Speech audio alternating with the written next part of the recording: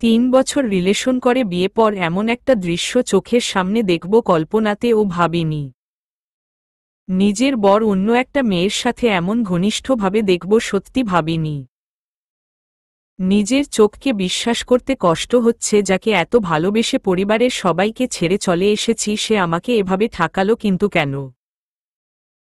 ও তো বলতো আমাকে অনেক ভালোবাসে, যদি ভালোই বাসে তাহলে এগুলো কি?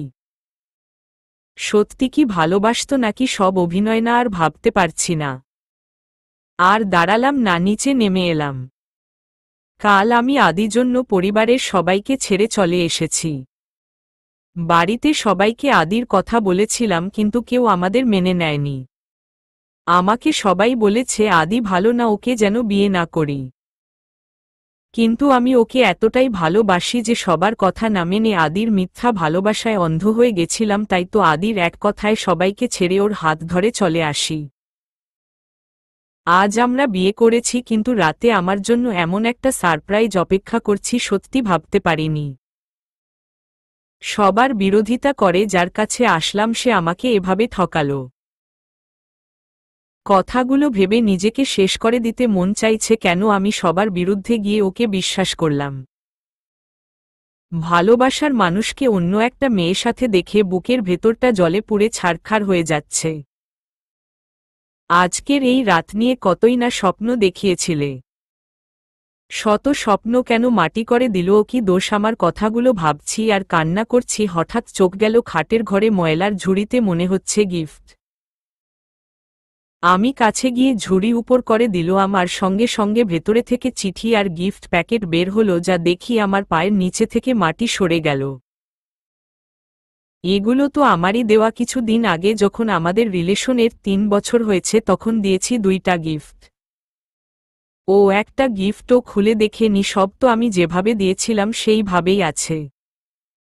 যতগুলো চিঠি দিয়েছিলাম সব সেইভাবেই ভাঁজ করা, তার মানে এগুলো ও খুলে দেখিনি। যত দেখছি তত মনে হচ্ছে আদি আমাকে একটু ভালোবাসে না। যদি ভালোবাসতো তাহলে এগুলো এভাবে ফেলে রাখতে পারত না। তাহলে কি আদি কোনো দিন আমাকে ভালোবাসেনি? ভালো না বাসলে এতদিন এত ভালোবাসি বলতে সেগুলো কি ছিল? 3 বছর কি কম? আমার তো কখনো মনে হয়নি ও আমাকে ভালোবাসে না। আমার কত কেয়ার করত, ওই তো আমার পেছনে ঘুরতে আমি মেনে নিছিলাম না বলে সুসাইডও করেতে গিয়েছি। সব কি অভিনয় ছিল? ভালো না বাসলে বিয়ে কেন করল? ওই মেয়েটাকেই যদি ভালোবেসে থাকে ওকেই বিয়ে করত, আমায় কেন করল? বসে কান্না করতে লাগলাম, এর ওর দিতেই হবে কেন? আমার সাথে এমন করল কেন? কি অপরাধের জন্য এমন করছে ওকে বলতেই হবে। আমার ভালোবাসা নিয়ে ছিনিমিনি কেন খেলল? হঠাৎ দরজা খুলে কেউ ভিতরে প্রবেশ করল, আমি চোখ মুছে পেছনে তাকালাম। আদি এসেছে। আমাকে এভাবে দেখে একটু অবাক হলো না, স্বাভাবিকভাবে তাকিয়ে চোখ ফিরিয়ে নিল। কিছু না বলে বাথরুমে চলে গেল। আমি ভেবেছিলাম আমাকে এভাবে নিচে বসে কাঁদতে দেখলে হয়তো কিছু বলবে, কিন্তু ওর স্বাভাবিক চাহনি দেখে মনে হচ্ছে ও এটাই চাইছিল। এটা ভেবে আরও কষ্ট লাগছে, কেন এমন করছে। আমি উঠে দাঁড়ালাম। আদি বাথরুমে থেকে ড্রেস চেক করে এসেছে, এসে আমার দিকে না তাকিয়ে খাটের দিকে গেল। ও কি শুতে যাচ্ছে মনে হয়? আমার সাথে কোনো কথা বলছে না। আমি নিজেই ওর সামনে গিয়ে দাঁড়ালাম। আদি তুমি কোথায় ছিল এতক্ষণ? আদি আমার মুখের দিকে তাকিয়ে আমার হাত ধরে সামনে থেকে সরিয়ে দিল। আমি আবার গিয়ে দাঁড়ালাম। আমি কি হলো বল? আমি তোমাকে কিছু জিজ্ঞেস করছি। কার সাথে ছিলে এতক্ষণ আমাকে এখানে একা রেখে? তুমি তো আমায় ভালোবাসো, তাহলে কেন এমন করছো? আর আমার দেওয়া চিঠি গিফট সবকিছু ফেলে দিছো কেন? তুমি তো বলেছিল ওইগুলো যত্ন করে রেখেছ। আদি যা খুশি তাই করছি। আর আমি তোমাকে থাক, এখন প্রচণ্ড ঘুম পাচ্ছে, সামনে থেকে সরো তো। আমি কি বললে তোমার ঘুম পাচ্ছে? আর আমি যে কষ্ট মরে যাচ্ছি, কি হয়েছে তোমার বলো না প্লিজ? তুমি তো আমাকে ভালোবাসো তাই না? তাহলে এসব কেন করছো? তোমার জন্য আমি আমার পরিবারের সবাইকে ছেড়ে চলে এসেছি। আদি তো আমি কি করব? আমি কি তোমাকে জোর করেছি? না। আমি জোর করবে কেন? আমি তো তোমাকে ভালোবাসি তাই এসেছি। কিন্তু তুমি কি আমাকে ভালোবাসো? আমার কথায় আদি এমন কথা বলবে আমি সত্যি ভাবিনি। মুখের উপর এই কথাটা বলতে পারল কিভাবে? বলল 3 বছর রিলেশন করে যাকে বিশ্বাস করে এখানে এসেছি তার কাছে এমন কথা শুনে আর দাঁড়িয়ে থাকতে পারলাম না। ঠাস করে নিচে পড়ে গেলাম, তারপর আর কিছু মনে নেয়। জ্ঞান ফিরে নিজেকে অন্ধকার ঘরে পেলাম। ভালো করে বোঝার চেষ্টা করছি আমি কোথায় আছি। এটা তো সেই রুম যেখানে আদি নিয়ে এসেছে। অন্ধকারের জন্য বুঝতে অসুবিধা হচ্ছিল। চারপাশে আদি খুঁজছি, কোথাও নেয়। আমি তো আদির সাথে কথা বলতেছিলাম। ঘর অন্ধকার, আমাকে একা রেখে আবার কোথায় গেছে? ও তো তখন বলছিল আমায় ভালোবাসে না। ছিল নাটক, যা আমি সহ্য করতে না পেরে জ্ঞান হারায়। কিসের জন্য এই নাটক করল? কেন? আমি কি এমন অপরাধ করেছি? কি করব, কি করা উচিত কিছু বুঝতে পারছি না। কেন এমন করছে আমার সাথে? আবার আমাকে একা রেখে কোথাও চলে যায়নি।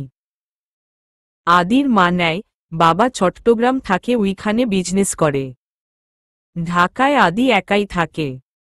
আমরা বিয়ে করেছি সেটা সে জানে নাকি আমি জানি না। আমি মেঘনা। আমরা মধ্যবিত্ত পরিবারের, বাবা মা আর ভাই। আমি ছোট্ট। বাবা একজন সরকারি চাকরিজীবী ছিলেন, বর্তমানে অবসর আছেন। মা হাউসওয়াইফ, ভাই পুলিশ অফিসার। বাড়িতে সবাইকে যেদিন জানিয়েছিলাম, সকাল থেকে আদির কোনো কল আসেনি। সারাদিন অনেকবার ট্রাই করেছি।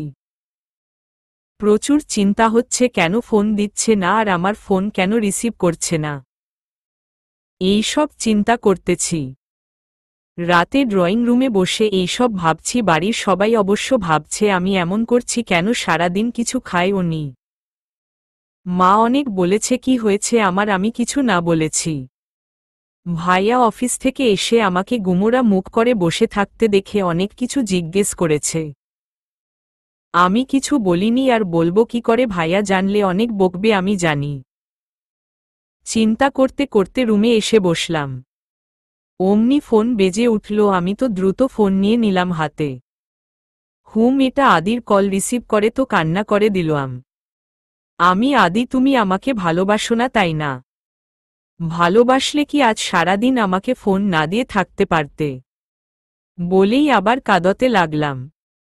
আদি, ওফ মেঘনা, তুমি এত ছেলেমানুষি কেন বলতো? আর কখন বললাম তোমায় ভালোবাসি না? আমি জানি ভালোবাসলে কি কথা না বলে থাকতে পারতে। আমার ফোন ও রিসিভ করনি।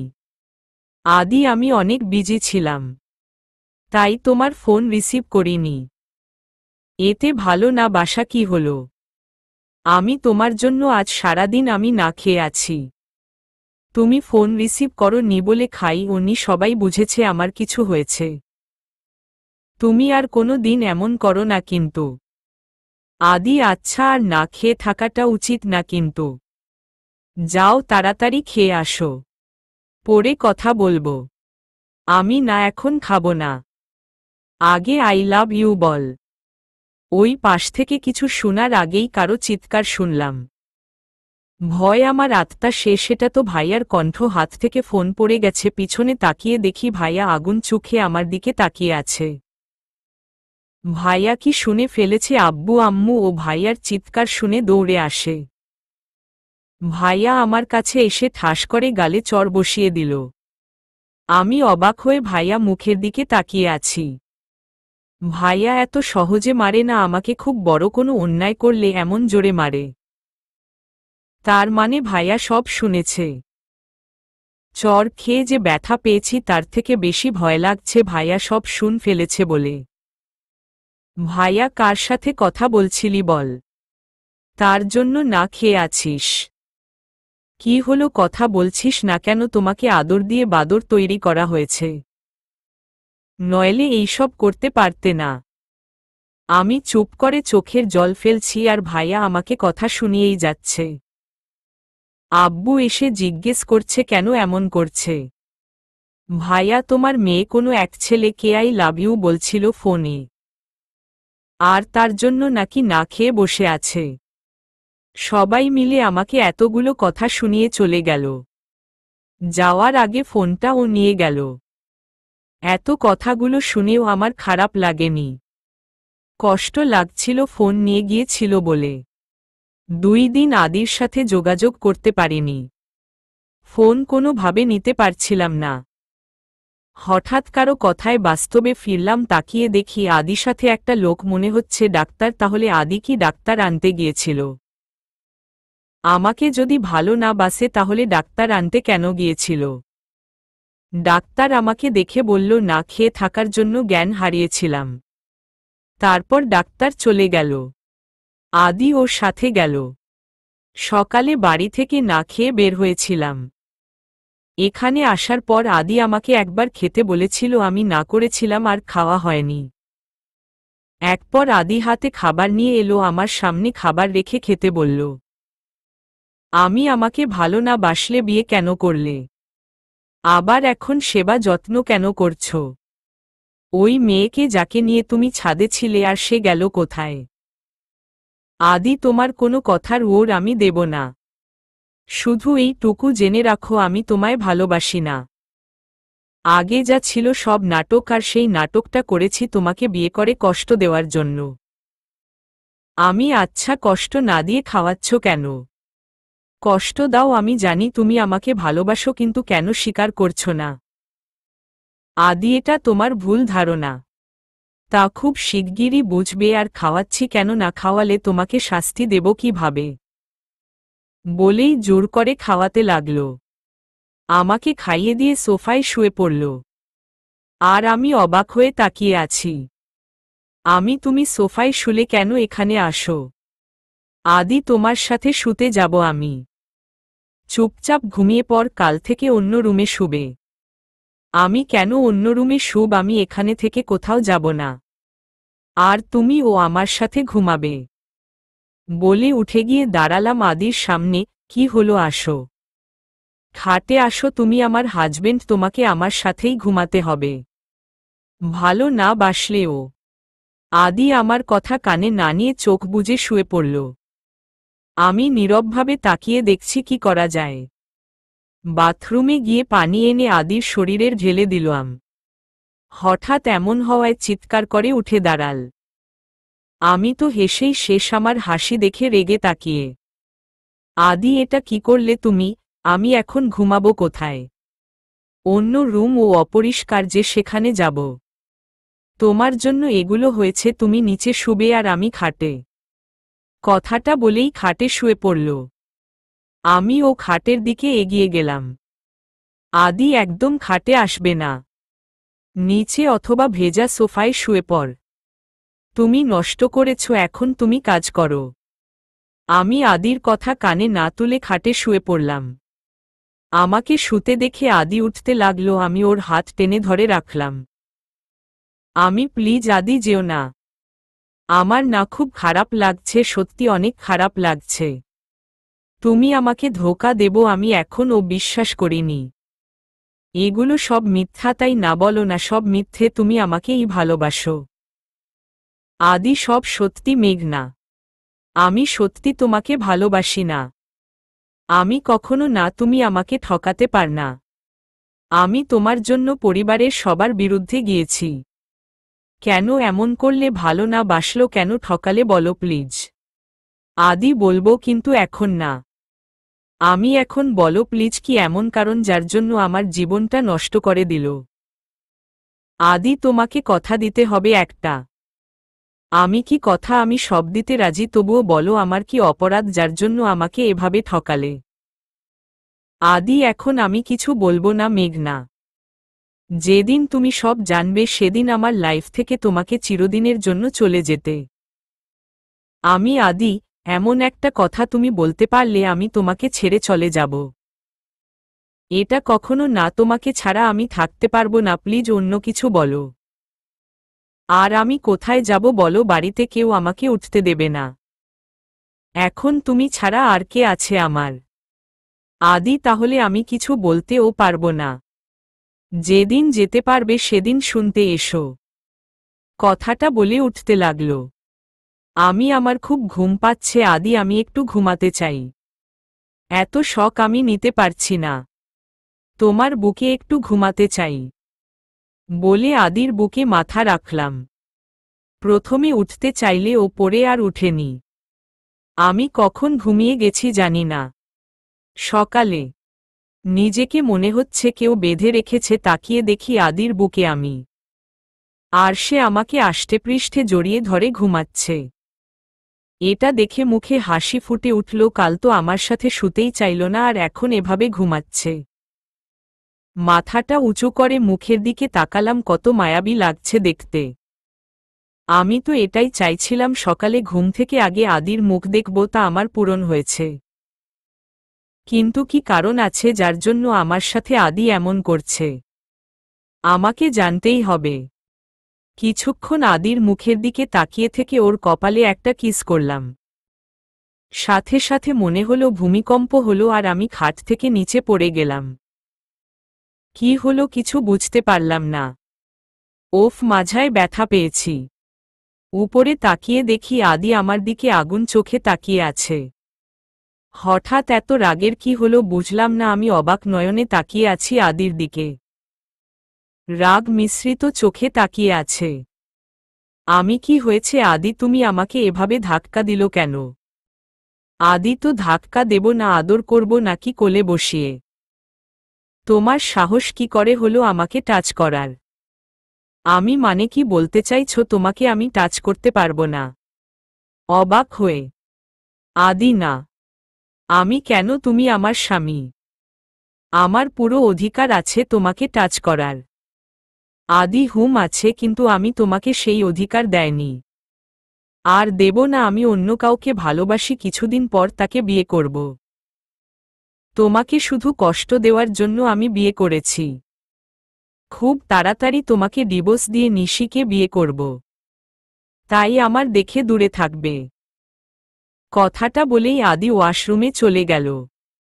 আমার দিকে ফিরে ও তাকালো না, এতটাই ঘৃণা করে।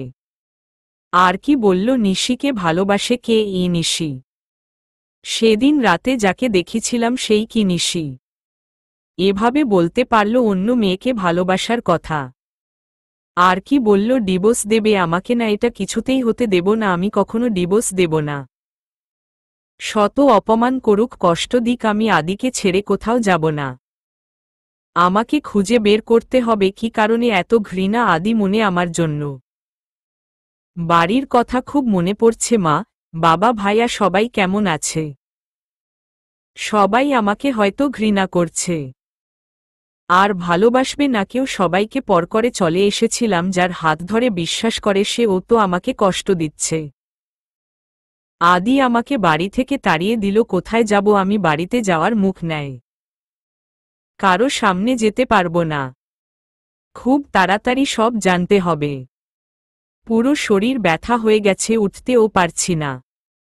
আগে আমি একটু ব্যথা পেলে আদি পাগলের মতো হয়ে যেত, আর এখন নিজেই ব্যথা দিচ্ছে।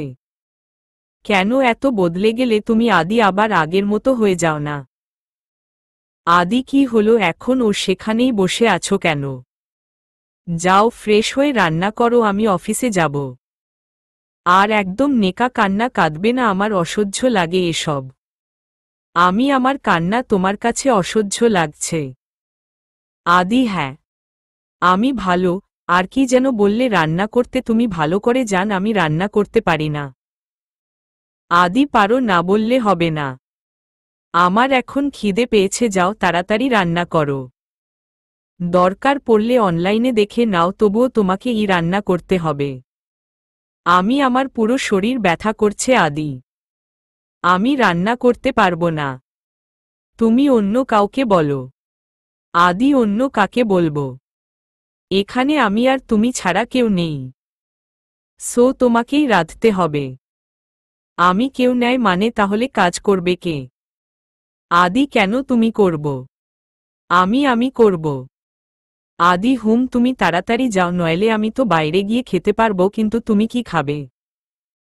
নিজের খিদে লাগলে রান্না করো। বলেই আদি রেডি হতে লাগল। আমি কষ্ট করে উঠে বাথরুমে গেলাম, গোসল করে পড়লাম। মহা বিপদে, এখন কি পরব? আমার তো এখানে জামা কাপড়ও নেই।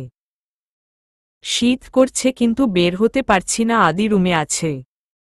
আদি, কি হলো? আজ কি আর বের হবে না নাকি? এতক্ষণ লাগে কারো? আমি কিন্তু বসে আছি, না খেয়ে যাব না। তাড়াতাড়ি আসো, রান্না তোমাকে করতেই হবে। আমি আমার ড্রেসগুলো আনিনি, প্লিজ দেন না, নয় বের হতে পারবো না। আদি, কি মেয়ে তুমি? কেউ ড্রেস ছাড়া গোসল করে? আমি, প্লিজ দাও না, আমার মনে ছিল না। আদি, দরজাটা খুল। আমি দরজা খুলব কেন? আপনি না আমাকে বউ বলে মানেন না? তাহলে এটা কিন্তু ঠিক। আদি, আমার এত তোমাকে দেখার ইচ্ছে নেই। তোমার ড্রেস নেওয়ার জন্য দরজা খুলতে বলছি। আমি দরজা খুলে একটু ফাঁক করে হাত বের করে জামা নিলাম। কিছুক্ষণ পর, আদি, এত সময় লাগে রান্না করতে? এত অর্কমার ঢেকি তোমার আগে কাউকে দেখিনি।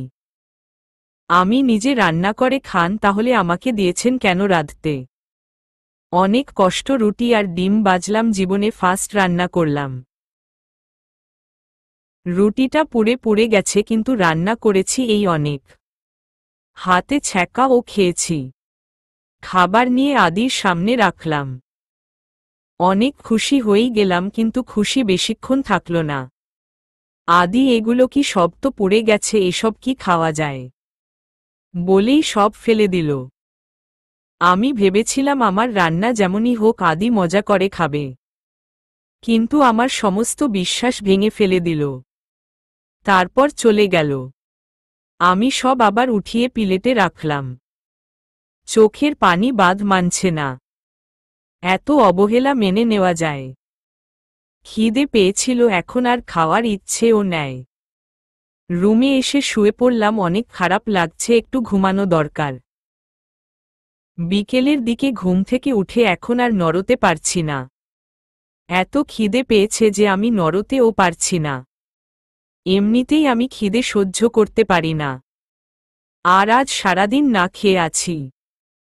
কোনো রকম উঠে বাইরে এলাম, সিঁড়ি দিয়ে নামতেও পারছি না, এত ফুরবল লাগছে, মনে হচ্ছে এখনই পড়ে যাব। নিচে গিয়ে পুরা রুটি আর ডিম নিয়ে বসলাম। একটু ছিঁড়ে মুখে দিলাম। ছি, কি খারাপ হয়েছে খেতে, এগুলো কি খাওয়া যায়? তাও খিদে বেশি পেয়েছে বলে অনেক কষ্টে একটু খেলাম। ফোনও নেয় যে আদিকে কল করব একা একা, এখন খারাপ লাগছে, ঘুমিয়েছিলাম বলে এতক্ষণ কোনো রকম লাগেনি। এখন বুঝতে পারছি বাড়িটা কতটা নিস্তব্ধ। দরজা খুলে বাইরে আসলাম, দারোয়ান আছে একজন, এছাড়া আর কেউ নেই। বিকেল হয়েছে বলে সে বাগানে পানি দিচ্ছে। আমি এগিয়ে গেলাম তার সাথে একটু কথা বলার জন্য। আর তো কেউ নেই কথা বলার মতো। বাগানটা সুন্দর, আদি করেছে মনে হয়, সব ধরনের ফুল আছে। দারোয়ান কাকা আমাকে দেখে দৌড়ে এলো, কিছু বুঝলাম না, এমন দৌড়ে আসার কি আছে? কি হয়েছে কাকা, আপনি দৌড়াদৌড়ি করছেন কেন? অবাক হয়ে। আপনি এখানে কেন? কিছু কি হয়েছে? কোনো দরকার থাকলে আমি যেতাম, আপনি কষ্ট করতে গেলেন কেন? এত ব্যস্ত হওয়ার কিছু নেই। আমি এমনি এসেছি। বাড়িতে কেউ নেই তো, তাই একা একা ভালো লাগছিল না, তাই আপনার সাথে পরিচিতি হতে এলাম। ওহ আচ্ছা, আর কখনো এভাবে বাইরে আইসেন না। আদি, বাবা জানলে আমারে অনেক বকব। এখন ভিতরে চলে যান। এত ভয় পাচ্ছেন কেন? আর বকবে কেন, আমি তো ঘুরতে এসেছি। সে আর কিছু না বলে চলে গেল। এত ভয় পাওয়ার কি আছে? ঘুরতেই তো এসেছি, দেখলাম। সে গেটের কাছে গিয়ে তালা দিল ভালো করে, তারপর আবার গাছে পানি দিতে লাগল। এখন বুঝলাম ভয়ের কারণ। আদি নিশ্চয়ই বলে গেছে আমি যেন বাড়ি থেকে না বের হয়। তার মানে আদি ভেবেছে আমি পালিয়ে যাব। সত্যি কত বোকা আদি, আমি নাকি পালিয়ে যাব? এটা তো কখনো হবে না, শত কষ্ট দিক, আমি তো এত সহজে যাচ্ছি না।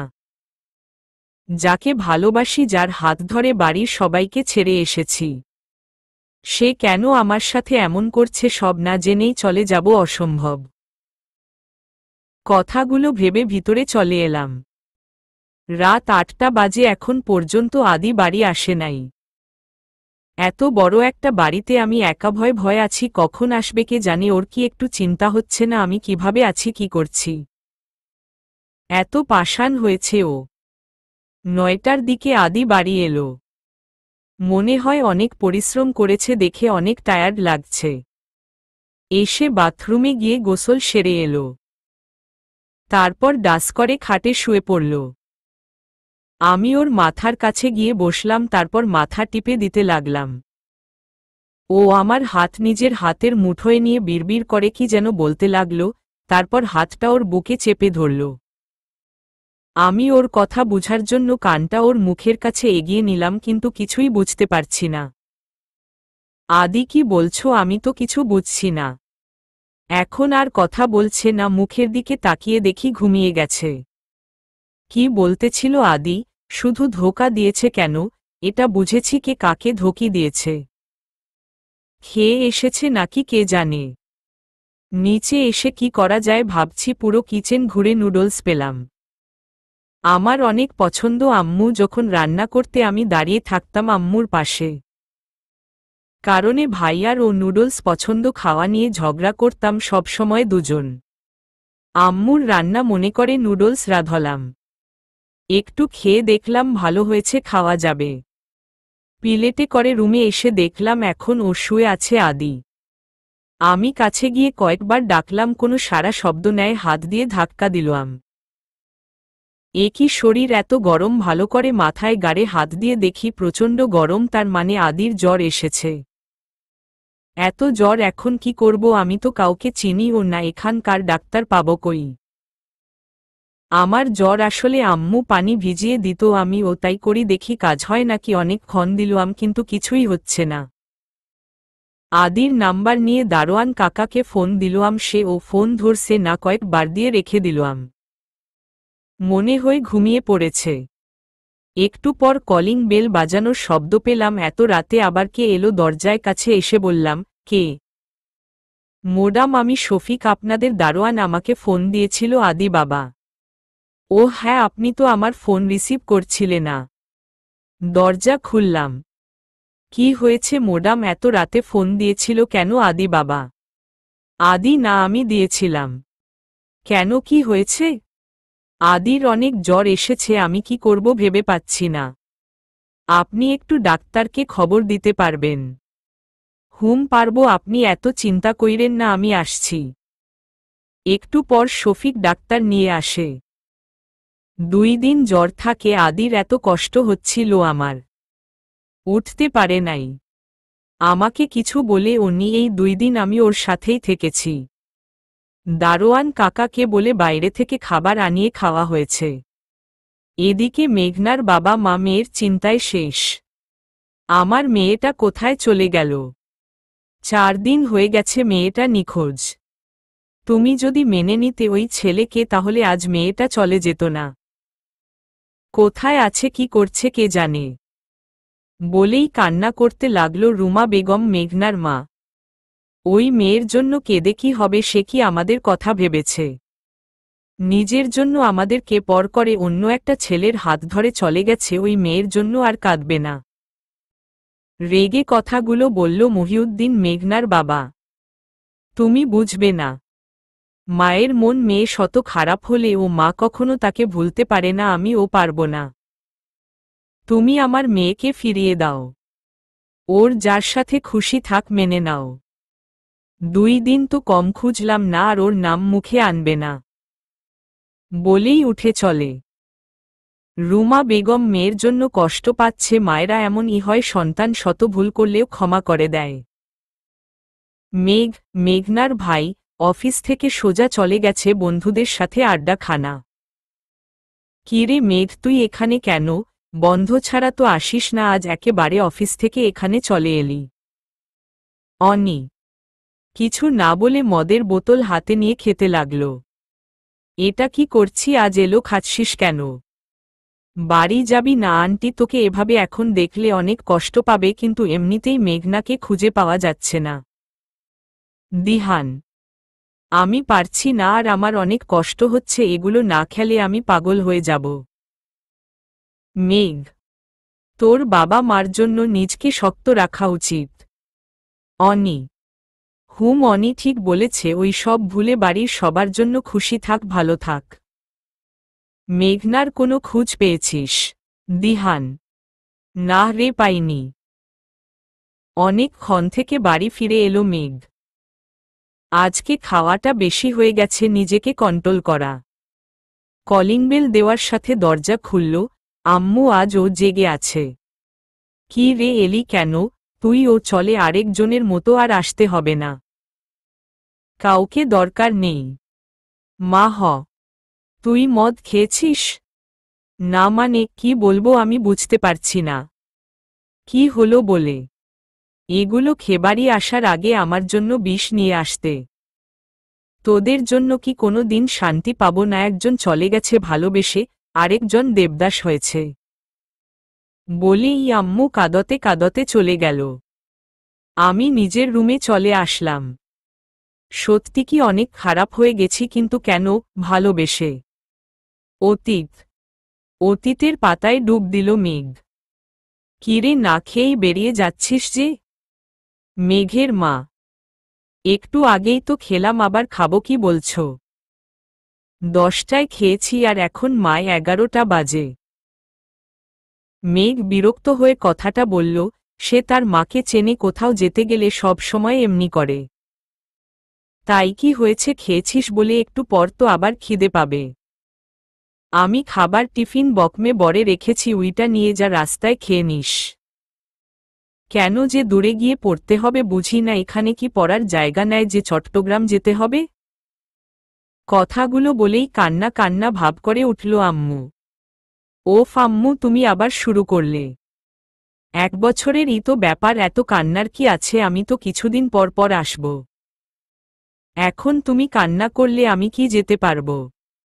মেঘ ইনোসেন্ট মুড নিয়ে। আচ্ছা, নিজের খেয়াল রাখবি আর সময় মতো খাওয়া দাওয়া করবি। নিজের প্রতি তো একটু যত্ন নেস না। আর এই টিফিন বকো ব্যাগে বরে নে। আমি আরেক প্লেটে খাবার এনে তোকে খাইয়ে দেব। আম্মু, আমি সত্যি এখন খেতে পারবো না, তুমি টিফিনটা দাও, নিয়ে যাচ্ছি। মেঘনা কই, ওকে দেখছি না যে। কই আর থাকবে, রাগ করে বসে আছে ঘরে। বোনের রাগ ভাঙাতে ঘরে গেলাম। ওরে বাবা, রেগে আমার দিকে তাকাচ্ছেও না। আমি সামনে গিয়ে কানে ধরে সরি বললাম, কাজ হলো না। মেঘনা আমাকে ছাড়া একটু থাকতে পারে না। ও যদি জানে চলে যাব তাহলে না খেয়ে থাকতো, তাই ভেবেছি না জানি যাব, কিন্তু সকালে সব জেনে গেছে। কি হলো, কথা বলবি না আমার সাথে? সরি বললাম তো, এখন কি কান ধরে উঠো বসো করতে হবে আমাকে? বলি উঠো বসো করতে লাগলাম। থাক, আর ভাব দেখাতে হবে না। তুমি তো আমাকে একটুও ভালোবাসো না, বাসলে কি না জানিয়ে যাওয়ার কথা ভাবতে পারতে। রেগে তুই কষ্ট পাবি তাই। আচ্ছা সরি, আর কখনো এমন করব না। এখন আমাকে হাহি মুখে বিদায় দে, নয়তো আমি যেতে পারবো না। অনেকক্ষণ ধরে মেঘনার রাগ ভাঙাতে সক্ষম হলাম, তারপর সবার থেকে বিদায় নিয়ে রওনা হলাম চট্টগ্রামের উদ্দেশ্যে। মাস্টার্সে পড়তে যাচ্ছি চট্টগ্রাম। বাড়ির সবাইকে ছেড়ে যেতে খারাপ লাগছে, কিন্তু সরকারিভাবে পড়তে পারবো তাই চলে এলাম। এখানে এসে আরেক বিপদ হল। যে বাড়িতে ভাড়া থাকবো সে বলল আজকে নাকি থাকতে পারবো না। কারণ যে রুমে আমি থাকবে তাতে যারা ছিল তাদের আজ চলে যাওয়ার কথা ছিল, কিন্তু একটা প্রবলেমের জন্য আরও 1 সপ্তাহ থাকতে সবে তাদের। বাড়ির ওয়ালা, আমার জন্য তোমার কি বিপদ হলো বাবা? এখন কি করি বলো তো? এত দিন ছিল তারা, এখন তো আর বলা যায় না চলে যাও। মেঘ, আঙ্কেল, কিন্তু আমি এখন কোথায় যাব? আমি তো এখানে কাউকে চিনি ও না, আর 7 দিন কোথায় থাকব? আমার কাল থেকে ক্যাশ করতে হবে। বাড়িওয়ালা, আচ্ছা দাঁড়াও, আমি একটা ব্যবস্থা করছি। তোমাকে অন্য এক জায়গায় থাকতে হবে। আর বন্ধু হাবিবুরের বাসায়, ওটা ভাড়া দেয় না নিজেদের, আমি ফোন করে বলে দিচ্ছি তুমি ওইখানে যাও। 1 সপ্তাহ পর এখানে থেকো। বাড়ির সামনে দাঁড়িয়ে আছি। বাড়িটা অনেক বড়, 2তলা, গেটের বাইরে দাঁড়িয়ে আছি। অন্যের বাসায় যেতে ও কেমন জানি লাগছে। হঠাৎ দারোয়ান আমাকে দাঁড়িয়ে থাকতে দেখে বেরিয়ে এলো। কাকে চাই, এভাবে দাঁড়িয়ে আছেন কেন? এটা কি হাবিবুর রহমানের বাড়ি? হুম। তার সাথে কথা বলে ভিতরে ঢুকলাম।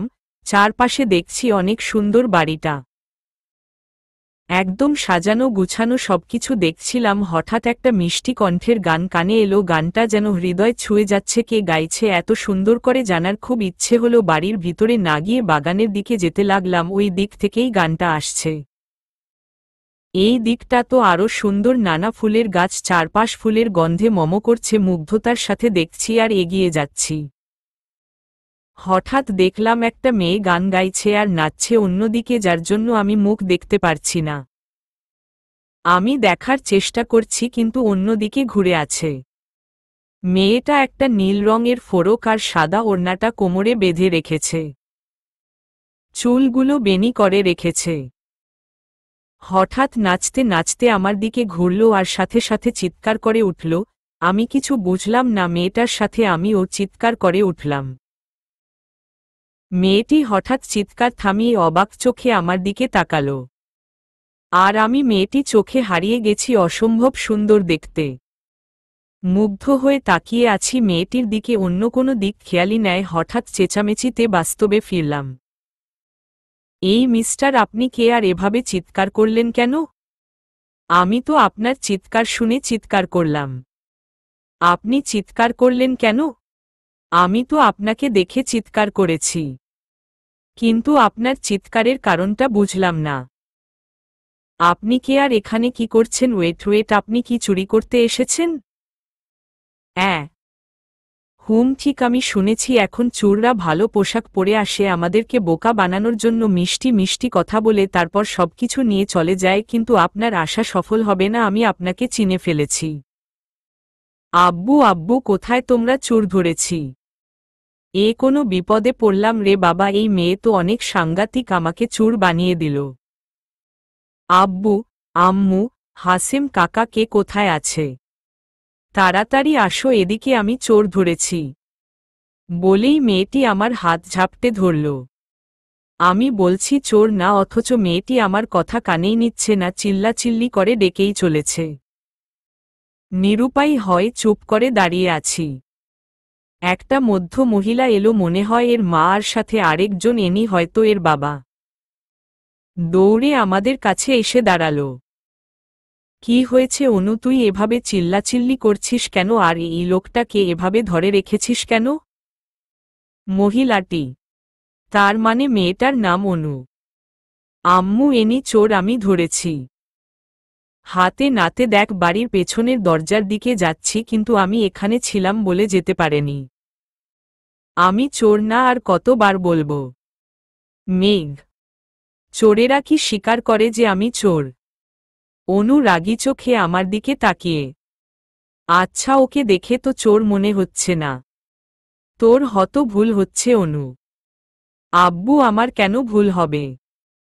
সে ভালো পোশাক পরেছে বলে কি চোর হতে পারে না? আচ্ছা, তোমার নাম কি বলো তো? অনুর আব্বু। জি মেঘ, আমি আপনার বাসার 1 সপ্তাহ থাকতে এসেছিলাম। আপনাকে কি ফোন করে বলেনি? ও হুম বলেছে কিছুক্ষণ আগে। তুমি সেই অনু? এনি কোনো চোর না, তোমার আঙ্কেল পাঠিয়েছে। সরি বলো, না জেনে এমন হেনস্থা করা উচিত হয়নি তোমার। অনু আমার হাত ছেড়ে কিছুটা লজ্জা পাওয়ার মতো সরি বলল। তারপর দৌড়ে চলে গেল। কিছু বুঝলাম না এভাবে যাওয়ার কারণ। তুমি কিছু মনে করো না ওর ব্যবহারে? আসলে কয়েকদিন আগে একজন চোর এসেছিল তোমার মতো ভালো পোশাক পরে, আমি বাড়ি ছিলাম না, সে এসে পরিচয় দিয়েছিল আমার পরিচিত। চুরি করতে গিয়েছিল, কিন্তু আমার মেয়ের মাথায় সেই বুদ্ধি, সে তাকে ধরে পুলিশের হাতে দিয়েছিল। আজও তোমাকে দেখে এমন বলেছে। না না, ঠিক আছে, আমি কিছু মনে করিনি। চলো ভিতরে। তার সাথে বাড়ির ভিতরে গেলাম। সে একটা রুমে নিয়ে এলো আমাকে। তুমি এই রুমেই থাকতে পার, এটা আমার ছেলের রুম। বাড়ির তো ভাড়া দেয় না, তাই গেস্ট রুম পরিষ্কার করা নেই। কিন্তু তবুও আপনার ছেলে যদি কিছু মনে করে। না, সে তো বাড়ির নিয়ে বছর বিদেশে পাঠিয়েছি, 2 বছরের ওইখানে কোর্স শেষ করে আসবে। ওহ আচ্ছা। উনি চলে গেল। আমি ফ্রেশ হয়ে ঠাস করে খাটে শুয়ে পড়লাম। কখন ঘুমিয়ে পড়েছি টেরই পায়নি। কারো ডাকে জাগানা পেলাম, তাকিয়ে দেখি অনু দাঁড়িয়ে আছে। ধরফ্রি উঠলাম, কখন যে ঘুমিয়ে পড়েছিলাম টের পাইনি। ফোন হাতে নিয়ে দেখলাম 9টা বাজে 20+C। এই সবগুলো বাড়ি থেকে ফোন দিয়ে জানানোর কথাও মনে ছিল না। আমি আপনাকে ডাকছি আর আপনি উঠেই ফোন নিয়ে পড়লেন। কেন ডাকছি জানতেও চাইলেন না? এটা কেমন অভদ্রতা। অনু একটু রেগে। খেয়ালই ছিল না একজন আমার সামনে দাঁড়িয়ে আছে। ওহ সরি, আসলে বাড়ির থেকে অনেকগুলো ফোন আসছে তো তাই। আপনাকে নিচে খাবার জন্য ডাকছে বলেই চলে গেল। মেয়েটা জানি কেমন একটা এই রাগ দেখায়, আবার অভিমান করে। আমি বাড়িতে ফোন দিয়ে কথা বললাম, সাথে বকা ও খেলাম ফোন না ধরার জন্য। তারপর নিচে গিয়ে খেয়ে এলাম। রুমে এসে দেখলাম অনু মেয়েটা বসে আছে। আপনার নাম কি? ঢোকার সাথে সাথে জিজ্ঞেস করল। মেঘ। বাড়ি কোথায়? ঢাকা। কিসে পড়েন? এই মেয়ে তো আমার মনে হচ্ছে আমার ইন্টারভিউ নিচ্ছে, মাস্টার্সে।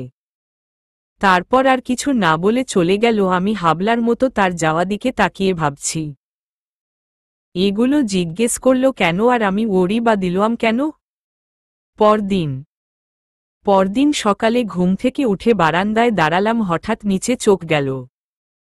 অনু গাছে পানি দিচ্ছে খুব যত্ন সহকারে, তাতে বোঝা যাচ্ছে ও গাছের অনেক যত্ন নেয়।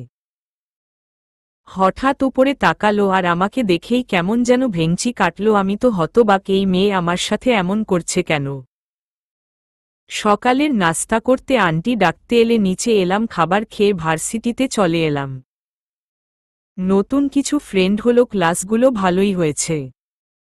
3টার দিকে বাড়ি আসলাম। গেটের ভিতরে ঢুকতে মনে হলো কিছু ছুঁড়ে মারা হলো। সামনে তাকিয়ে অবাক, অনুর পুরো শরীর ভেজা আর কাদা ভরা, মাটি ভেজা, তার মানে বৃষ্টি হয়েছে। কিন্তু অনুর অবস্থা দেখে আমি কেন যে কেউ বলবে এই মেয়ে বাচ্চা, নহলে এমন কাদায় গড়াগড়ি ক্ষেত। কাদা ছিটাচ্ছে যার ফলে আমার শরীর ও কাদা এসে লেগেছে। একটু রেগেই কাছে গেলাম। এগুলো কি আমার শরীরের কি দিয়েছেন দেখেন। অনু আমার দিকে তাকিয়া হিহি করে হেসে উঠল। যাও, একটু রেখেছিলাম। ওর ওই হাসি দেখে আমার সমস্ত রাগে উবে গেল কোথায় কে জানে। ওর হাসতেই হারিয়ে গেলাম মুগ্ধ হয়ে। ওর হাসি দেখছি অপূর্ব সুন্দর লাগছে। আবার কিছু শরীরে ছিটে আসায় বাস্তবে ফিরলাম, তাকিয়ে দেখি অনু আবার আমার শরীর কাদা দিচ্ছ, এখন ইচ্ছে করে। এগুলো কি আপনি আমার শরীর কাদা দিচ্ছেন কেন? তো কি করব, একবার না দেখে দিয়েছি। কিন্তু এখন আপনি কোথায় হারিয়ে গেছিলেন তাই বাস্তবে আনতে দিলাম বলেই হেসে উঠল। এত কি ভাবেন আর অমন করে কি দেখেন? ওর কথায় একটু ভীষণ খেলাম। আসলেই তো আমার কি হয়েছে, কেন ওর দিকে তাকালে নিজেকে ঠিক রাখতে পারি না। অন্য কোনো মেয়ের খেয়ে তো আমার এমন হয়নি কখনো। তাহলে আর কিছু না দুধ গতিতে চলে এলাম ওর সামনে থেকে। রাতে রুমে শুয়ে আছি আর ভাবছি, কি হলো আমার, কেন খালি অনুর মুখটা ভেসে উঠে কি জন্য? আমি কি ওকে ভালোবেসে ফেলেছি? না না, এটা কিছুতেই হতে পারে না। আমি এখানে নিজের প্রয়োজনে তাদের সহায়তা আছি, তাদের সাথে এটা করা ঠিক হবে না। আমি আর বেশি অনুর কাছে যাব না। 2 দিন যেদিকে অনু আছে সেদিকে কব গিয়েছি, কিন্তু অনুর সাথে কথা বলার ইচ্ছে কিছুতেই দমাতে পারিনি। খুব করে চাই ওকে। তাদের বিশ্বাস ভাঙতে চাই না বলে নিজেকে দূরে রাখতে চাই, কিন্তু অনু একটু পরপর এটা ওটা বলেই থাকে। 5 দিনের দিন। ছাদে বসে বাড়িতে কথা বলছিলাম, মনে হচ্ছে কেউ আমার পেছনে দাঁড়িয়ে আছে। কথা শেষ করে তাকিয়ে দেখি অনু আগুন চোখে তাকিয়ে আছে। কিছু বুঝতেছি না এভাবে রাগছে কেন। হঠাৎ আমার কাছে এসে ঠাস করে ফোনটা নিয়ে ফেলে দিতে গেল। আমি তাড়াতাড়ি করে ফোনটা নিয়ে নিলাম। এসব কি অনু? আপনি আমার ফোন ছুঁড়ে ভারতে যাচ্ছিলেন কেন? আপনি কার সাথে কথা বলতেছিলেন? কেন? বলুন। যার সাথে ইচ্ছে তার সাথে বলেছি, তা আপনাকে কেন বলবো? হঠাৎ আমার কলার ধরে চিৎকার করে বলতে লাগল, বলবেন বলতে বাধ্য আপনি, কারণ আমি আপনাকে ভালোবাসি। অন্য কোনো মেয়েকে আপনি আই লাভ ইউ বলতে পারেন না। অনু মুখে এই কথাগুলো শুনে এতটাই শক হয়েছিলাম যে কতক্ষণ কথা বলতে পারিনি নিজেও জানি না। এখন আমি আমার ভাড়া করা বাসায় আছি। এই কথাগুলো ভাবছিলাম, হঠাৎ ফোনের শব্দ এলো কানে। ফোন হাতে নিয়ে দেখি অনু কল করেছে। 1 মাস হয়েছে আমি অনুদের বাড়ি থেকে চলে এসেছি। এখন আমাদের রিলেশন চলছে। সেদিন অনু না বললে হয়তো এটা সম্ভব হতো না। হ্যালো। কি ব্যাপার, কি সকাল থেকে তোমার কোনো পাওয়া নাই? ভার্সিটিতে থেকে এসে একটা ঘুম দিয়েছিলাম, তাই আর ফোন দেওয়া হয় নাই, সরি। আচ্ছা, মাফ করলাম। কাল দেখা করব। কাল কিন্তু আমার তো ক্লাস আছে। আমি কিছু শুনতে চাই না, কালই দেখা করব। বলেই ফোন রেখে দিল। পরদিন অনু লজ্জায় লাল হয়ে আছে। মেঘ পলকহীন তাকিয়ে আছে অনুর দিকে। মেঘ মুগ্ধ নয়নে তাকিয়ে আছে, কারণ আজ অনু তাকে অনেক বড় সারপ্রাইজ দিয়েছে। নীল কালারের শাড়ি পরে এসেছে। অপূর্ব লাগছে, কিছুতেই চোখ সরানো যাচ্ছে না। মেঘ হাত উঠিয়ে অনুর খোলা চুলগুলো মুখের উপর থেকে কানে গুজে দিল। আজ কি আমাকে পাগল করতে এভাবে এসেছ? কি? তুমি তো বলেছিলে তোমার শাড়ি পছন্দ না, কখনো পরতেও না, তাহলে আজ পরলে যে? আমার পছন্দ না, কিন্তু তোমার তো পছন্দ। হুম, তোমার জন্য আমি ও পছন্দ পাল্টে ফেললাম। সত্যি না মিথ্যা সব? ধুর। মেঘ রাগ করে অন্যদিকে তাকালো। অনু বুঝেছে রাগ করেছে, কি করে রাগ কমাবে ভাবছে। হঠাৎ করে অনু মেঘকে জড়িয়ে ধরল। মেঘ তো অনুর জড়িয়ে ধরায় শখ হয়ে আছে। কি হলো, এত শখ হওয়ার কি আছে? তোমাকে কি জড়িয়ে ও ধরতে পারবো না নাকি? তোমাকে আজ একটু বেশি রোমান্টিক লাগছে, তাই আর আমার কাছে তোমাকে হাবাগুবা মনে হচ্ছে? কি, দাঁড়াও দেখাচ্ছি। বলেই মেঘ অনুকে ধরবে, কিন্তু তা কি আর সম্ভব? অনু তো উঠে দাঁড়িয়ে দৌড়। মেঘও উঠে অনুর পেছনে দৌড়াতে লাগলো ধরার জন্য। সারাদিন অনু মেঘের সাথে সময় কাটায়। 3টার দিকে বাড়ি ফিরে আসে। দেখতে দেখতে 6 মাস চলে গেল মেঘ আর অনুর রিলেশনের। রাতে মেঘ অনুর সাথে কথা বলছিল, হঠাৎ বাড়ি থেকে কল আসে। ওয়েটিং কল চালু থাকায় বুঝতে পারে রাত তখন 12টার কাছাকাছি। এত রাতে বাড়িতে থেকে ফোন দেখে মেঘ প্রচণ্ড অবাক, সাথে ভয় ও পায়। অনু, ফোন রাখো তো। কেন, কি হয়েছে? তোমার কি আবার ঘুম পাচ্ছে? ঘুম পেলেও আমি ফোন রাখব না। প্রতিদিন তুমি রাতে 10টা পর্যন্ত কথা বলেই রেখে দাও, আজ সারারাত কথা বলতে হবে। অনু, বাড়ি থেকে কল আসছে। এত রাতে হঠাৎ বাড়ি থেকে কেন কল এলো? চিন্তা হচ্ছে। ও সরি, আচ্ছা তুমি বাড়িতে কথা বলে দেখো, আর আমাকে কিন্তু জানিও। আমি ঘুম আসব না তোমার ফোন না আসা পর্যন্ত। আচ্ছা, রাখি। বাড়িতে ফোন রিসিভ করেই অপর পাশে থেকে কান্না আওয়াজ শোনা গেল। মেঘনা কাঁদছে। কান্না শুনে তো আরও ভয় পেয়ে গেলাম। মেঘনা, কি হয়েছে? কাঁদছিস কেন, বল আমাকে। ভাইয়া, আব্বু। কি হয়েছে আব্বুর, বল। হঠাৎ মায়ের কণ্ঠ পেলাম। মেঘনাকে বকছে। হ্যালো মা, কি হয়েছে? কিছু হয়নি বাবা, তুই ফোন রাখো, কাল কথা বলবনি, আমরা ঘুম আসব। বলেই ফোন কেটে দিল মা। কিন্তু আমি বিশ্বাস করতে পারছি না, কিছু তো অবশ্যই হয়েছে, নইলে মেঘলা এত রাতে ফোন দিত না। আর কান্না বা করল কেন? আম্মু এখন ও জেগে আছে কেন? চিন্তায় আর অনু কল করার কথা মনেই ছিল। ফোনের রিংটনে বাস্তবে ফিরলাম, তাকিয়ে দেখি অনু কল করেছে। হ্যালো। তোমাকে না বললাম আমি জেগে থাকব কলের জন্য, তুমি কল করলে না কেন? মনে ছিল না। বাড়ির কি খবর? কেন ফোন করেছিল জানো? না, কিছু বলল না, কিন্তু আমার বিশ্বাস কালো কিছু হয়েছে। এখন কি করতে চাও? কাল বাড়ি যাব। তোমার তো ক্লাস আছে। তবুও মিস দিয়েই যেতে হবে, বাড়ির জন্য চিন্তা হচ্ছে। না গিয়ে জানা পর্যন্ত আমি শান্তি পাব না। আচ্ছা, যা ভালো বুঝো করো, আর এখন এত চিন্তা করো না, ঘুমিয়ে পড়ো। আচ্ছা। পরদিন মেঘ বাড়ি এলো আর জানতে পারল আব্বু হার্ট অ্যাটাক হয়েছে। সবাইকে বকল না জানানোর জন্য, 2 দিন হয়েছে অথচ তাকে জানানো হয়নি। এখন একটু সুস্থ আছে, একদম থেকে আবার চলে এলো মেঘ, আর ও বলে এলো নেকমট যেন কিছু না বলে করে। ভালোই কাটছিল সবকিছু, কিন্তু ভালোটা বেশি দিন গেল না। একদিন মেঘ তোমাদের বাড়িতে আমাকে নিয়ে যাবে। মানে তুমি যাবে?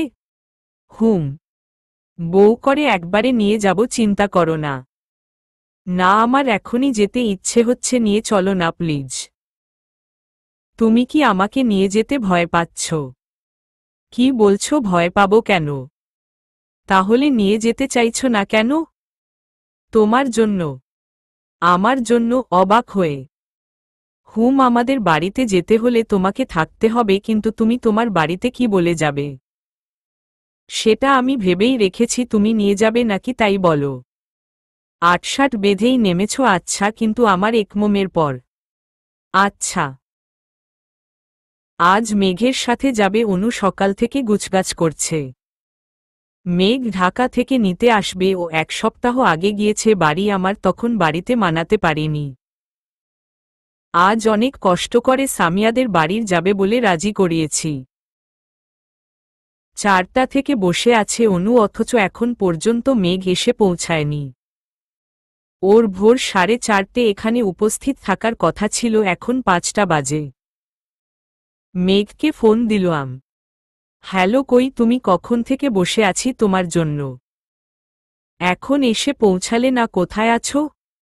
সরি, আসলে রাস্তায় অনেক জ্যাম গো, তাই লেট হচ্ছে। যাও, এখন ঝগড়া করব না, তাড়াতাড়ি আসো। তারপর স্মৃতির পাতায় থেকে বাস্তবে ফিরল আজানের শব্দে মেঘ। যতবার অতীত মনে করেছে, সময় কখন চলে গেছে টেরই পায়নি। মেঘ চোখ মুছে উঠে গোসল করে নিল, তারপর নামাজ পড়ল। আবার ভাবতে বসল, সেদিন তো আমি যেতে পারিনি, অনুর কাছে কি ঘটেছিল যে ও সুসাইড করল। এদিকে মেঘনা রান্না করতেছে সকালে উঠে, এখন রান্নাটা ভালোই করে। ও তো ভালো হয় না খেতে, কিন্তু খারাপ হয় না। হঠাৎ আদি আওয়াজ কানে এলো, এই শুরু হয়েছে চিল্লাচিল্লি। আদি এসে খাবার টেবিলে বসেছে, আমার রান্না শেষই। খাবার নিয়ে ওর সামনে রাখলাম, সব সময় যেমন মুখটা খারাপ করে আজ ও তাই করল। বিশ্বের সবচেয়ে খারাপ রাধি আমি, এটাই বোঝায়। এত যেহেতু খারাপ রাধি, আসিস কেন খেতে? বাইরে খেতে পারিস না? সব সময় এই খারাপ খাবারের জন্য চিল্লাচিল্লি করতেই থাকে। রেগে বিড়বিড় করছি। যতই বিড়বিড় করে বকো না কেন, তোমাকে রান্না করতেই হবে। খারাপ হলেও তোমার রান্না, অন্য সব কাজ করতে হবে। খেতে খেতে করব নাকি করবি? রাগের মাথায় কথাটা বলে ফেলেছি, কিন্তু আদির দিকে তাকিয়ে আমি ভয়ে, শেষ আগুন চোখে আমার দিকে তাকিয়েছে, মনে হচ্ছে চোখ দিয়েই গিলে ফেলবে। কি বললে? রেগে। কই, কিছু বলিনি তো। আমি তো বললাম সব সময় রান্না করতেই থাকবো, একদম রান্নাঘর থেকে বেরি হব না। ভয় ভয়। তোমাকে আমি সারাদিনে রান্না করতে বলিনি। সব কাজই করতে হবে বাড়ির। মনে থাকে যেন। আমি আর কিছু বললাম না, চুপ করে রইলাম। আদি খাবার খেয়ে চলে গেল, আমাকে একবারের জন্য ও খেতে বলল না। শুধু আজ নয়, কখনোই এই খোঁজ নেয় না আমি খেয়েছি কিনা। এতটাই অবহেলা করে। অনেক সময় অভিমান করে না খেয়ে থাকি, কিন্তু এতে লাভ নেয়।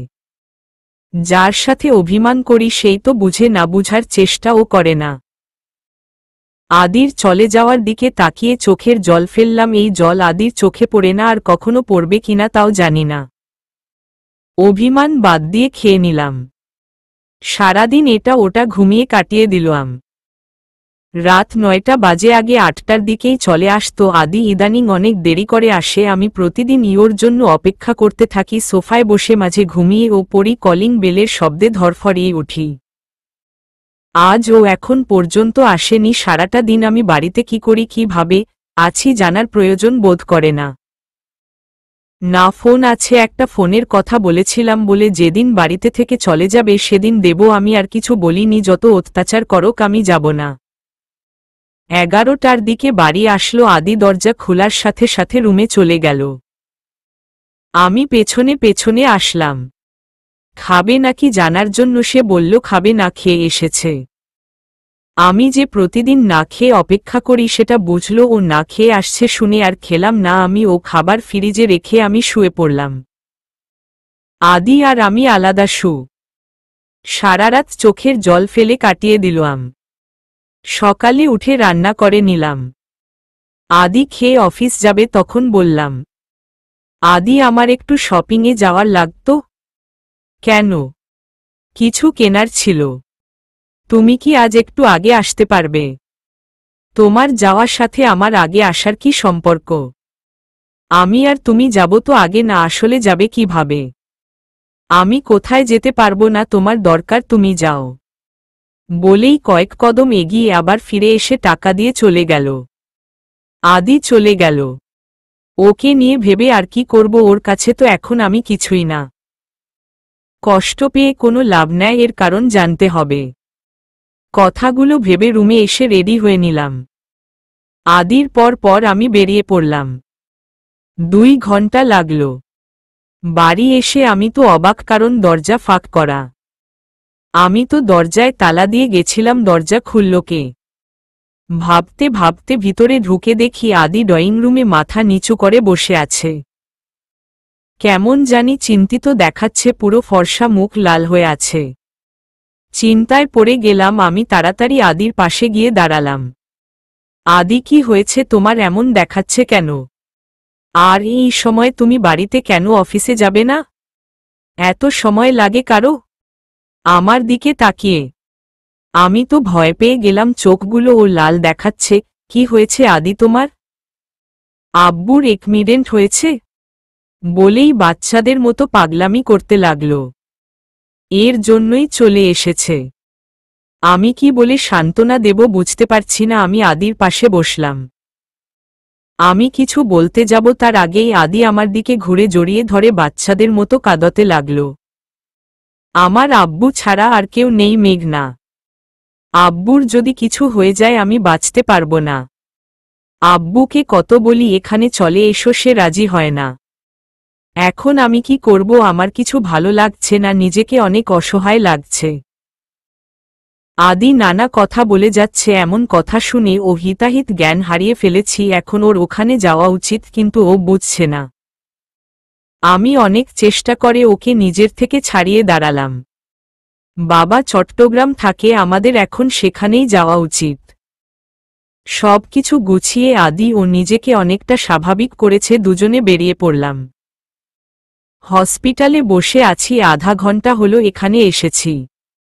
আদি তো এটা ওটা এনে দিচ্ছে। বাবার অবস্থা একটু খারাপ, বেশি বয়স মানুষ, এজন্য প্রবলেম বেশি হয়েছে। অপারেশন করে ডাক্তার জানালো এখন ভালো, কিন্তু অতটাও না। 10টার দিকে আদি আমাকে একটা বাসায় নিয়ে এলো। আমরা সোজা হসপিটালে গিয়েছিলাম। রাতে অন্ধকারের কিছুই বুঝলাম না কোথায় আছি। ভিতরে ঢুকে হা করে তাকিয়ে আছি। এত সুন্দর সাজানো গুছানো বাড়িটা, জাস্ট ওয়াও।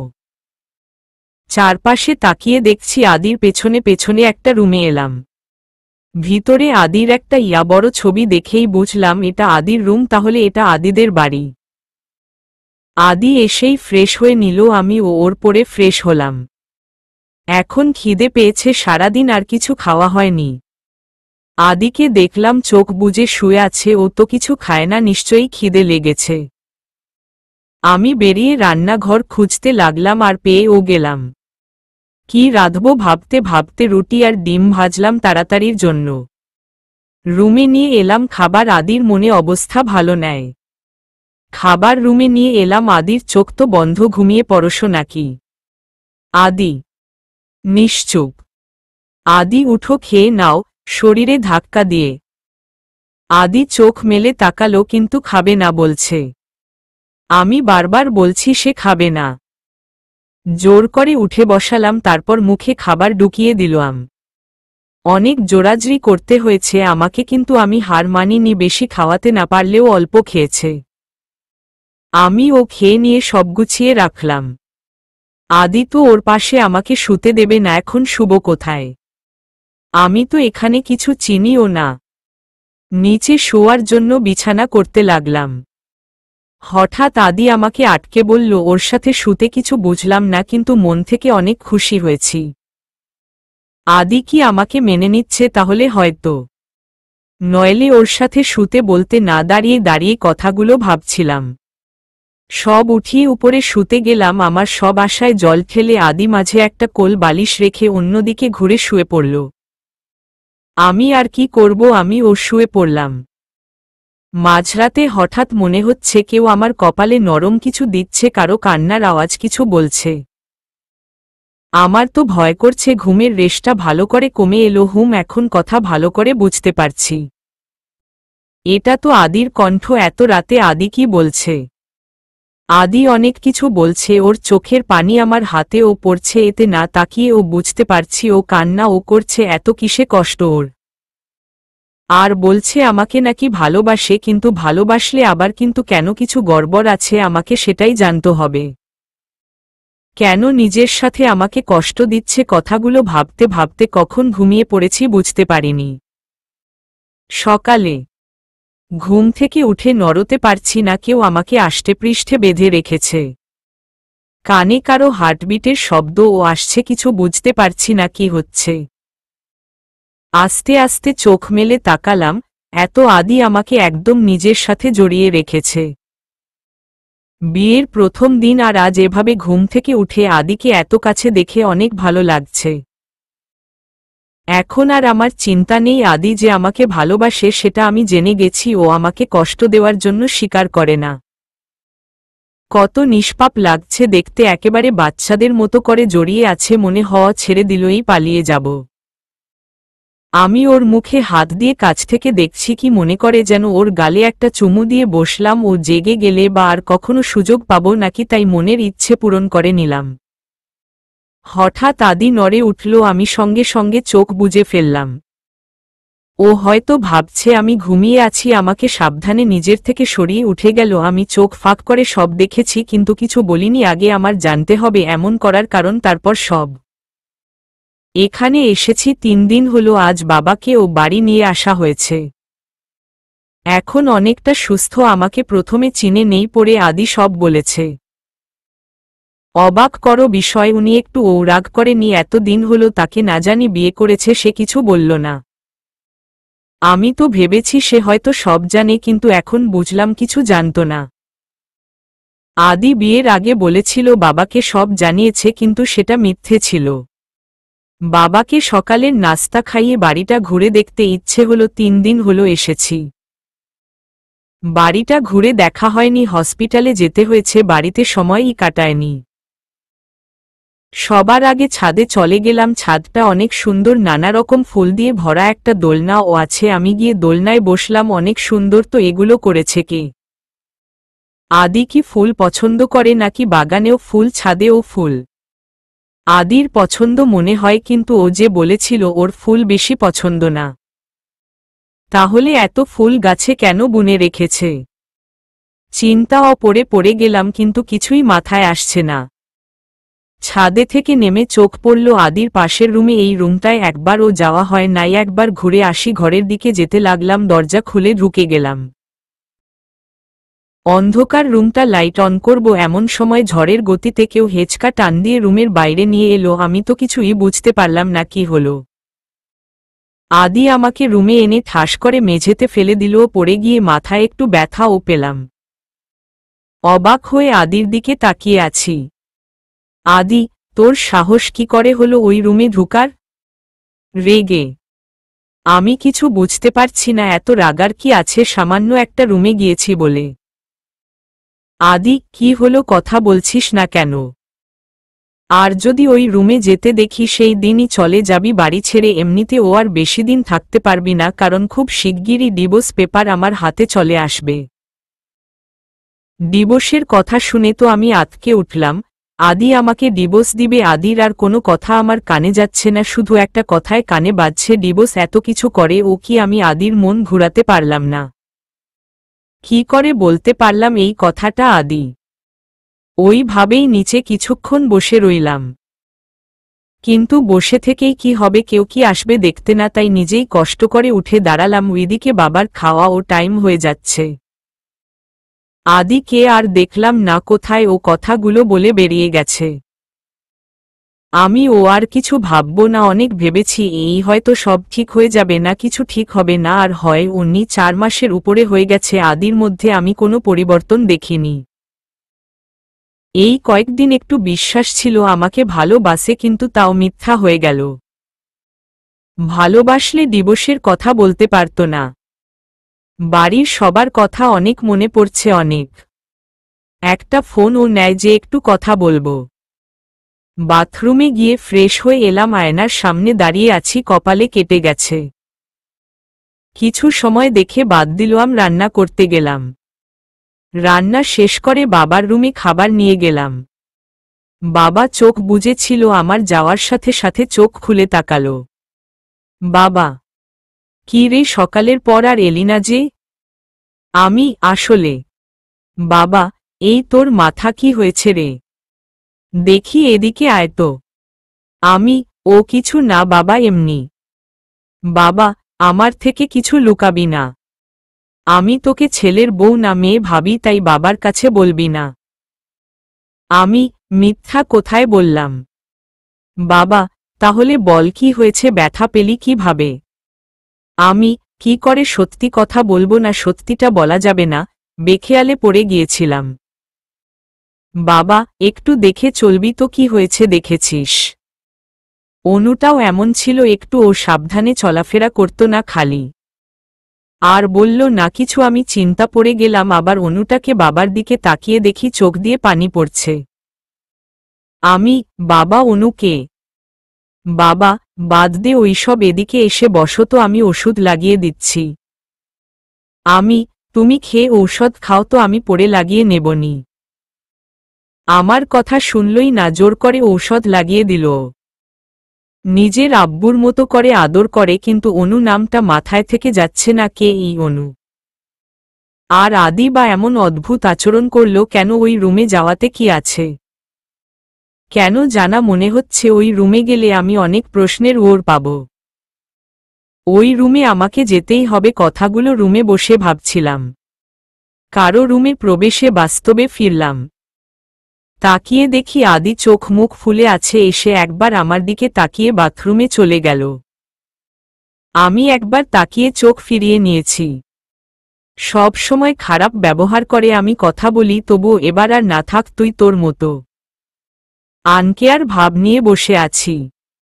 আদি ফ্রেশ হয়ে এসে খাটের কোনো অবসল, একবার আমার দিকে তাকায় তো একবার ফোনে দিকে তাকায়।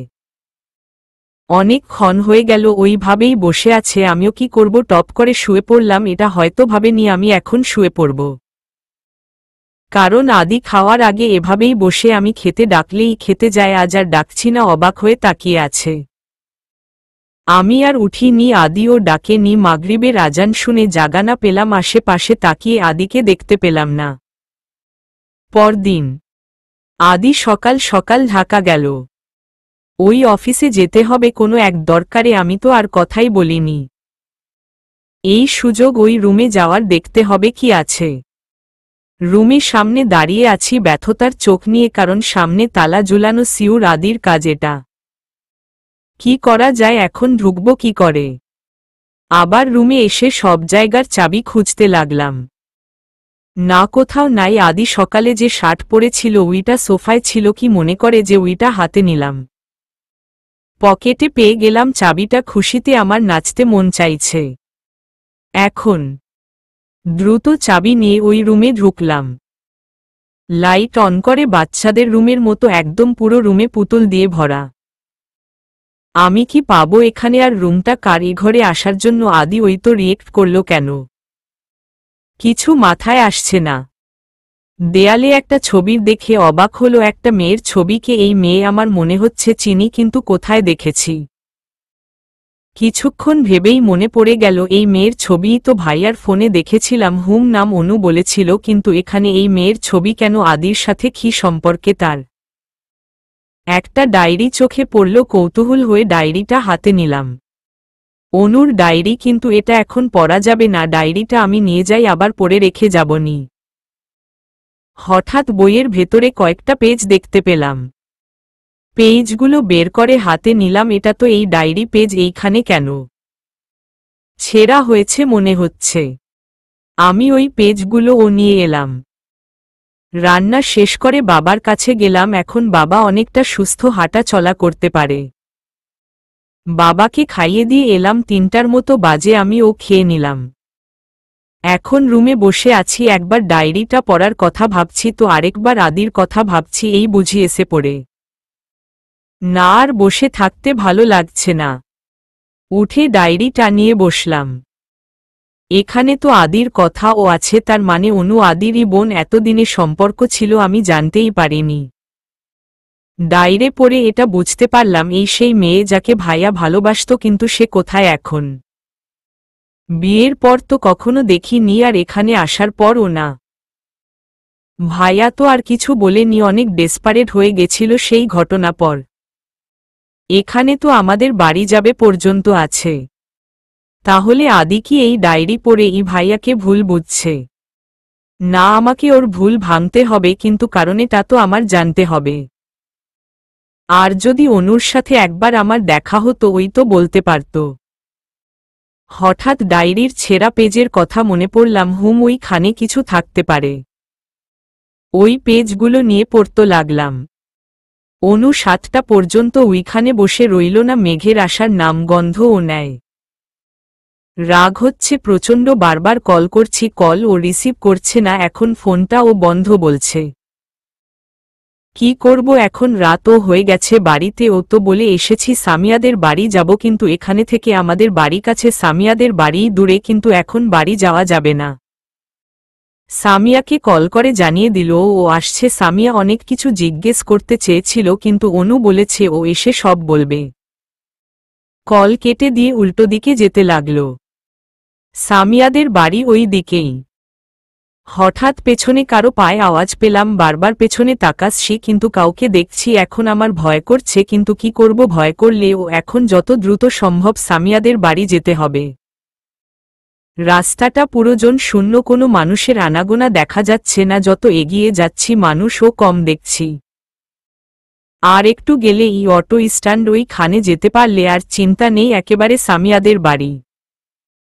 ভয় ভয় এগিয়ে যাচ্ছি, হঠাৎ কেউ পেছনে থেকে আমার মুখ চেপে ধরল, আমার চোখ মুখ বেঁধে দিল। আমি তো ছুটার জন্য ছটফট করছি, কিন্তু ছুটতে পারছি। আমি কিছু দেখতেও পারছি না, কারণ আমার চোখ বাঁধা। তারা আমাকে মনে হয় গাড়িতে উঠিয়েছে। কিছু ছেলেদের কণ্ঠ শুনলাম, তারা বাজে কথা বলছে। এখন আমি বুঝতে পারছি এরা খারাপ লোক, আমার সাথে কি খারাপ কিছু করবে। আমি নিজকে বাঁচাবো কিভাবে? ভয় আমার হাত পা ঠান্ডা হয়ে যাচ্ছে, নড়াচড়া করছি, চিৎকার করতে চাইছি, কিন্তু আমার হাত মুখ চোখ সব বাধা। কি করব? শেষ রক্ষা আর করতে পারিনি নিজেকে আমি। সেদিন ওই লোকগুলো আমার সব শেষ করে দিয়েছিল।